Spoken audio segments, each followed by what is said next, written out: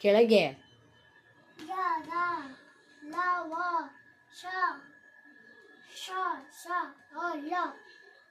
ಇವಾಗ ಆ ಅಳಿಲು ಹೇಳು. ಆ ಅಳಿಲು ಎದ್ದು ನಿಂತ್ಕೋ.